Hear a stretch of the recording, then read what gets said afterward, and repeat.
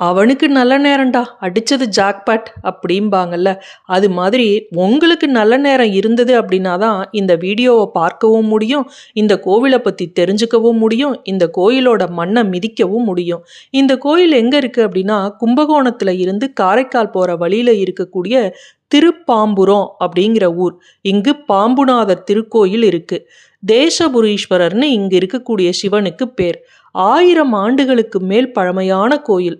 நாகங்கள் வணங்கிய சிவபெருமான் தான் இங்கு பாம்புரநாதர் அப்படின்னு பெயர்ல இருக்கிறாரு. நம்மளெல்லாம் போட்டு தள்ளுறதுக்கு இந்த பாம்பெல்லாம் விஷசக்தி வாங்குச்சுல்ல, அது இங்கு இருக்கக்கூடிய சிவனை வணங்கி தான் இந்த விஷசக்தியை பெற்றதாம்.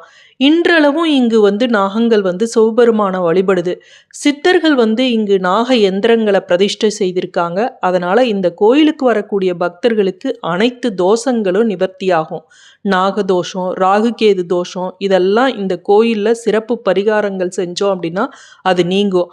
அது மட்டும் இல்லாம வேற எந்த கோயில்லையும் இல்லாத அளவுக்கு ராகுவும் கேதுவும் ஒரே உடல்ல இங்கு காட்சி தர்றாங்க. இந்த கோயில்ல நவகிரக சன்னதி இல்லை, கோஷ்ட மூர்த்திகள் இல்லை, இன்னும் பல அதிசயமான விஷயங்கள் இந்த ஒரு கோவில்ல இருக்குதுங்க. ஜாதக ரீதியா நமக்கு கெட்ட நேரம் நடந்தது அப்படின்னா இந்த கோயிலுக்குள்ளேயே போக முடியாதான்.